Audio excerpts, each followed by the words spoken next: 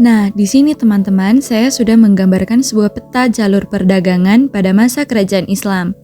Nah, diketahui bahwa jalur merah pada peta tersebut menunjukkan arah penyebaran Islam melalui jalur perdagangan maritim pada masa kejayaan kerajaan-kerajaan Islam di Nusantara. Yang pertama, dari Samudra Pasai dan Melaka ke Selat Malaka. Jalur ini merupakan jalur awal kedatangan Islam ke Nusantara dari pedagang Gujarat, Arab, dan Persia. Samudra Pasai menjadi pusat awal Islam di abad ke-13 dan menjadi penghubung penting ke Malaka, pelabuhan dagang besar pada abad ke-15. Yang kedua, dari Malaka ke pesisir timur Sumatera dan Palembang.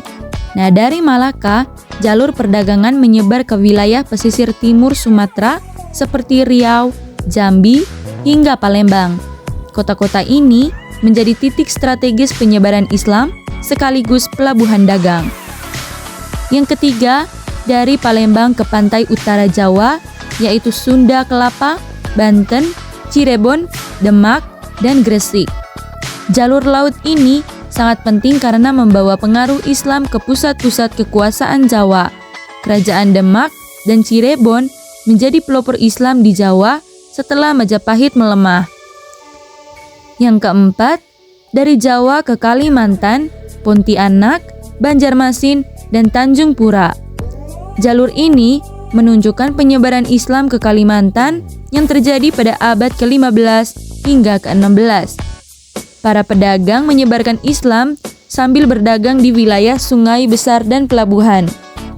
Yang kelima, dari Jawa dan Makassar ke Sulawesi, Maluku, dan Nusa Tenggara.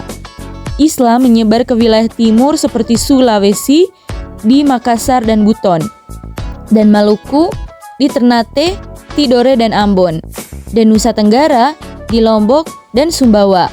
Makassar menjadi pusat perdagangan besar dan jalur utama ke wilayah timur. Yang keenam, dari Maluku ke Papua bagian barat dan Kepulauan Aru. Jalur ini adalah jalur akhir penyebaran Islam di Nusantara, berlangsung pada abad ke-17 dan ke-18. Penyebaran lebih bersifat kultural melalui interaksi dengan suku-suku lokal.